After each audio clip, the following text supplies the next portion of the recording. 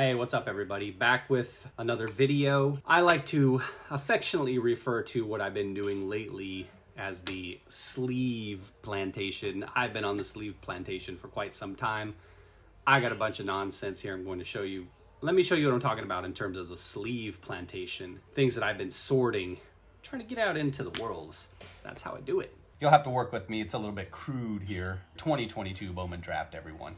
These are individual players that I had sorted. Got everything sleeved up and sorted and ready for sale. Let me just open one of these boxes. We'll just go ahead and go with Alvarez here. This whole box here is just full of Ignacio Alvarez cards. Same thing with all of these other players. I didn't pull all of the players out. Went and pulled the players I thought the hobby would be most interested in at this time. Of course, I forgot a few. I did a couple rounds, ended up doing 53 players total. I ended up purchasing enough of that to where I was getting about 210, 220, 230 of each player. So if you can imagine that many cards, 210, 20, 30 times 200 players in the set, it's a mess. I've still got 6 5,000 count boxes that have all the players I haven't pulled out at this time. All right, so let's get into this. Pickups. There's some paper stuff. This came with a different lot, so I wouldn't necessarily have picked this stuff up. This one I would, certainly, but I wasn't necessarily hunting those cards. Some chrome. This guy's pretty hot, as was he, until something happened. A little paper action here.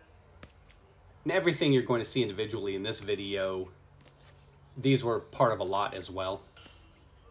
So there were cards within the lot that I was interested in, not necessarily the whole lot itself. All of this stuff you'll see here in this video, only a couple dollars each. And these were things for potential grading down the road. Some things I was looking for. A little Sapphire action here. You know the names already. Oh, there's our boy, Ignacio Alvarez.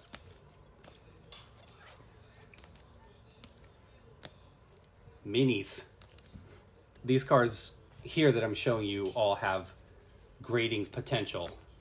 Mojos, not necessarily mean they're going to 10, but they have potential to 10 and 9 at the very least from what I've seen, as long as my eye is correct on these.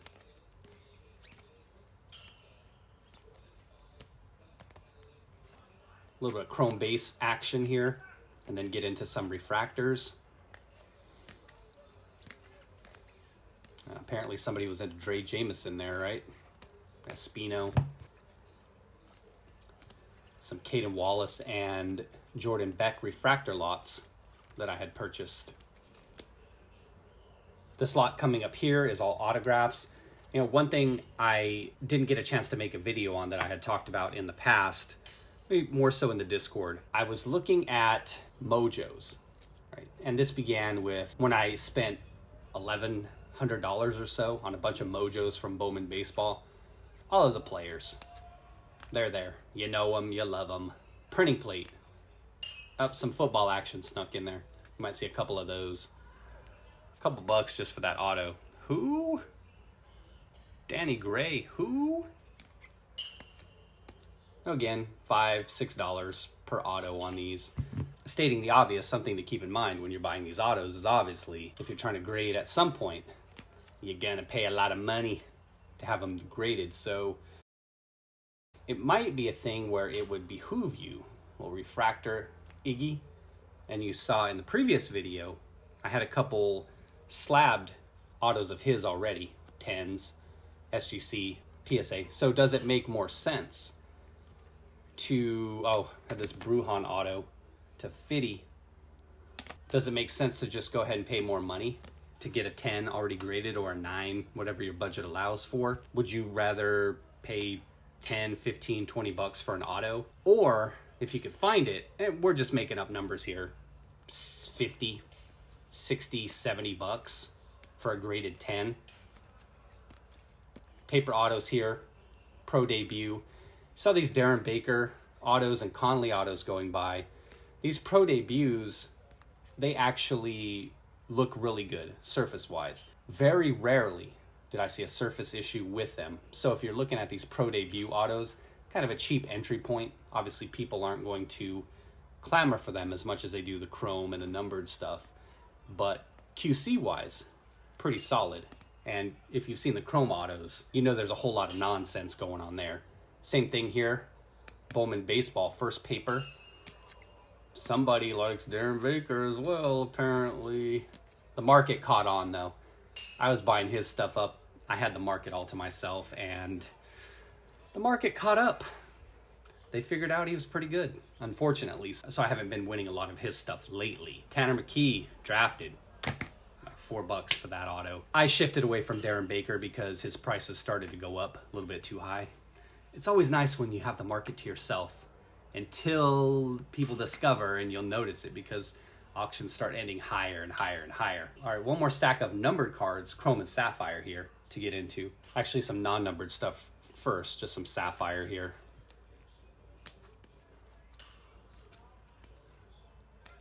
First action here on the Sapphire. And that's another thing, Sapphire, I'll lump these in with the Bowman Mojos that I was talking about earlier.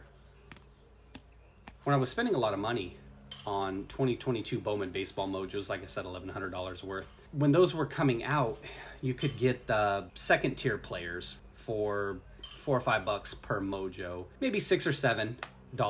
If you recall that set, we had De La Cruz, Watson, those were the two bangers, and then Churio exploded out of nowhere. But when we're talking about second tier players, in the hobby's eyes, not saying how they'll be long-term, talking about people like Colson Montgomery, George Valera, Class A, Lenine Sosa, guys in that range, you could get a Bowman Mojo of those guys for $4, $5, Montgomery maybe a little bit higher. Sapphire, same kind of situation, maybe $5 or $6 for a single. But then what I noticed was, after a while, a couple months down the road, once the graded cards started hitting the market, you could actually pick those up. $35, $40, we're talking about Sapphire and the Mojos, like I said. Oh, some more Darren Baker auto snuck in there. Like I said, somebody was scooping up Darren Baker hardcore. But what I noticed a few months after that, maybe as things kind of wane, died down attention-wise, because you all know the market's kind of schizo, if that's the right word. Short attention span, I think, would be another one, where the hot thing is what's current. Now, players obviously can explode and come out of nowhere and see their market start to take off 5-6 months after a product drop. But the average investor type person, and I believe these are the investor types, they really don't have a lengthy period of time. Take a look at Julio Rodriguez prices right now. The year he had last year, and then off to a crummy start this year. You see a precipitous drop in his card values. So a lot of the investor types, they just don't have the brain power. The light bulb's not that bright up there for them to focus on one thing. But that's an investor, right? They're always moving from thing to thing to thing. And the prices are going to fluctuate as they do that. So what I noticed, and I was going to do a standalone video, which is what I started talking about a little bit earlier. Castro, just in case O'Neal Cruz isn't it. What I noticed was that prices would, a couple months, again, like I said, after PSA 10 started hitting the market, you would see tens of these Mojos and Sapphires where they started off at $40 for a 10, a little bit higher, 35-ish, 30, 35, 40, 45, somewhere in that range. Or now, months later, you can actually find those same 10s for about $20, $25. And we're talking about good players as well, but they're not the current thing, right? We're now on to the next thing. After 2022 Bowman Baseball hit, the buzz was there. Same can be applied to basketball, football. Then Chrome drops. Then 2022 draft drops. Now we're already into 2023 Bowman Baseball.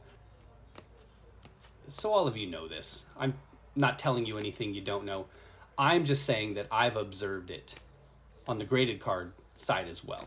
Now, that is something that could be a little risky in a way, because, and only risky in terms of money, not going into the ocean in a cage, swimming with the sharks risky, but monetarily, because you could have a situation like with Churio, where he just takes off, right?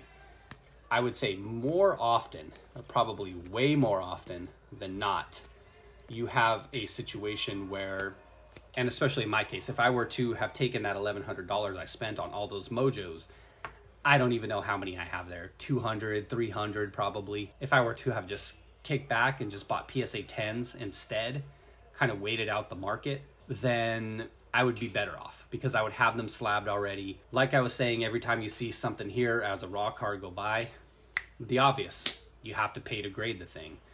$10, $12, $15, $19 at PSA, SGC, BGS, whatever is going on. That's just a little something I've noticed, a little FYI passing that on to you. Not talking about players specifically, but things that I've noticed. So Mojos and for Sapphires, non-numbered, that's what I've noticed. So when I talked about the $1,100 I spent on Mojos in 2022 Bowman Baseball, you saw the Mojos in this video.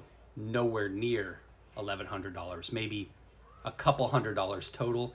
And some of those were even from 2021 as I was going back trying to chase some players that I noticed were starting to perform really well. So again, just some FYI, if you're thinking about buying Mojos raw and Sapphire raw versus maybe waiting a month, 2 months, 3 months, even 4 months until the stuff hits the market and people kind of move on to the next thing, the only downside risk is that that player takes off. Like Churio, for instance. You can't go back and get his stuff cheap now. But those tier 2 guys that I referred to in Bowman Baseball, Class A, Montgomery, Sosa, Valera, guys of those ilk, and so on, those guys definitely would have been better off waiting and just buying the card graded. So that's some FYI, doing what I do for the masses. So thanks for checking this part out, everybody. This weekend, actually going to finally start ripping. Like I showed in the last video, got 56 blasters of 2023 Bowman. Got some retail boxes on the way. Those probably won't be here anytime soon. Have a bunch of Prism NBA. I know, I don't like this class. You know. I know. And then I've got some 2023 Series 1 super boxes. I've been really diligent about making sure that I did my work first at my actual job, and then the sleeving and stuff like that, other projects I've been working on before I shot new videos. So I'm gonna have some content videos coming up here soon, and then the old school PSA videos from last year that I haven't put up yet. So take care, everybody. Hopefully y'all are doing well.